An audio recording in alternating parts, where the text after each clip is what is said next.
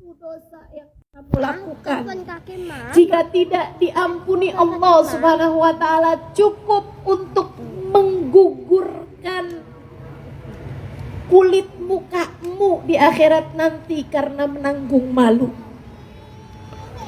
Satu dosa yang kamu lakukan, dan ini yang paling menyeramkan teman-teman, satu dosa yang kamu lakukan, jika Allah tidak berkenan untuk mengampuninya, bisa menjadi penyebab terusirnya dirimu dari rombongan Nabi Muhammad. Satu dosa yang kita lakukan, jika Allah murka, bisa membuat iman tercerabut dari dalam hati kita, sehingga kita mati tidak sebagai husnul khatimah, melainkan dalam keadaan su'ul khatimah. Na'udzu.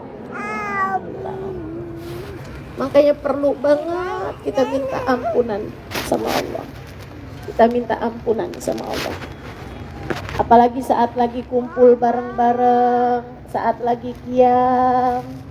Doa paling penting tuh saat mahalul qiyam, udah ucap salam menabi, kita bilang Rabbi faghfirli dunubi ya Allah bibarakatil hadi Muhammad ya Allah. Ya Allah, ampunilah dosa-dosaku ini dengan berkatnya Nabi Muhammad. Ampuni ya Allah, ampuni ya Allah, ampuni ya Allah. Minta ampunan dari Allah Subhanahu wa ta'ala dan berjanjilah untuk tidak mengulangi dosa lagi. Apapun aja dosanya.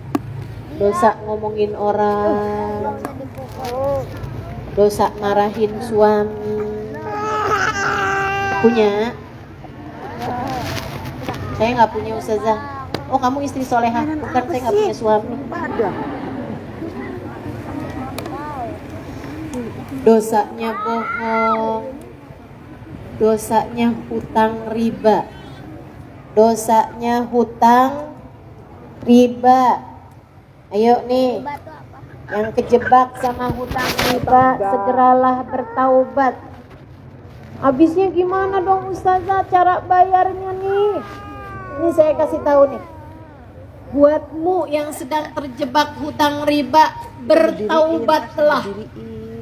Taubat dulu. Itu sesuatu yang dilarang sama Allah Subhanahu wa ta'ala. Dosa. Hutang riba, dosa hukumnya. Pinjol, dosa hukumnya. Kemana? Taubat dari hal tersebut. Minta ampun sama Allah. Nangis sama Allah. Bangunlah tahajud.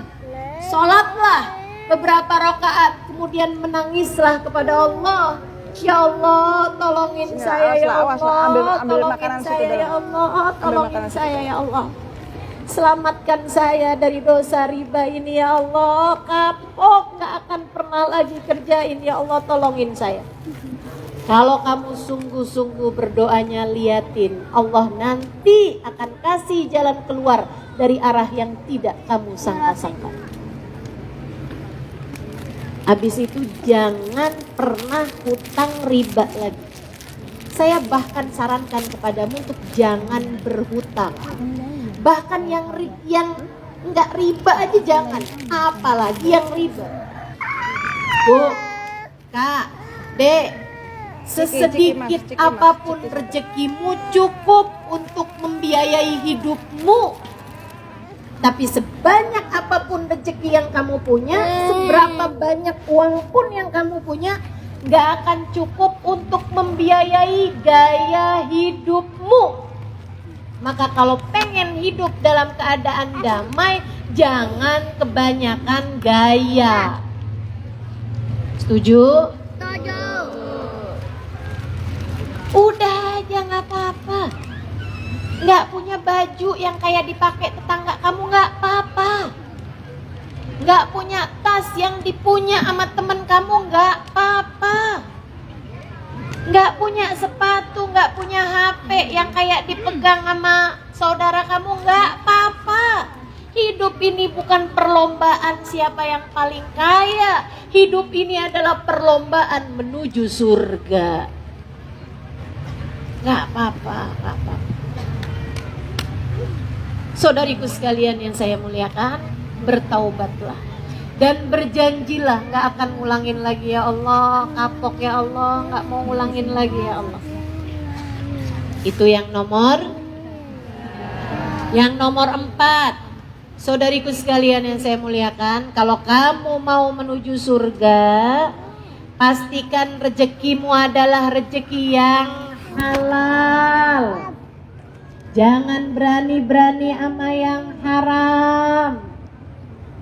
Para istri, jangan ngambil duit suami tanpa izin. Kalau nemu duit di saat lagi nyuci baju suami, balikin.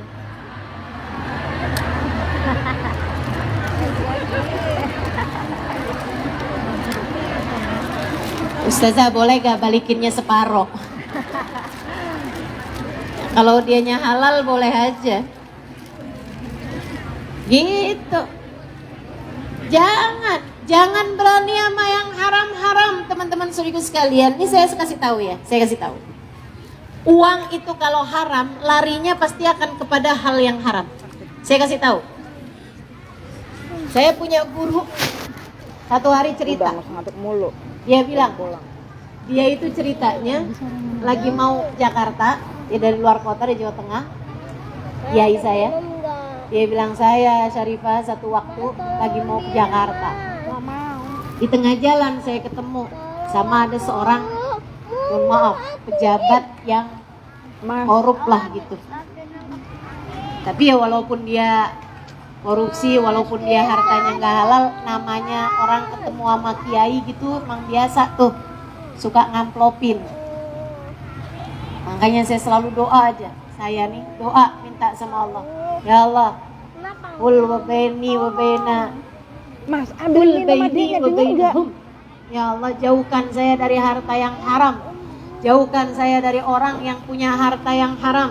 Susah banget sih. Jangan jadikan mereka dekat sama saya. Waqbid anna aydiyahum. Jadikan mereka yang pada punya harta haram pelit buat ngasih saya. Jangan ya Allah. Jangan biarkan saya kena sama barang-barang yang haram. Susah mau taatnya, Bu. Itu kayak bensin. Saudaraku sekalian, kayak bahan bakar. Kalau udah haram semua nanti yang dikerjain. Kiai saya ini cerita, dia bilang, saya dikasih orang uang yang kayaknya haram gitu. Saya taruh aja di saku, saya bilang ya terima kasih. Habis itu saya lihat isinya 500.000. Berangkat nih ke Jakarta. Sampai di tengah jalan ditilang polisi.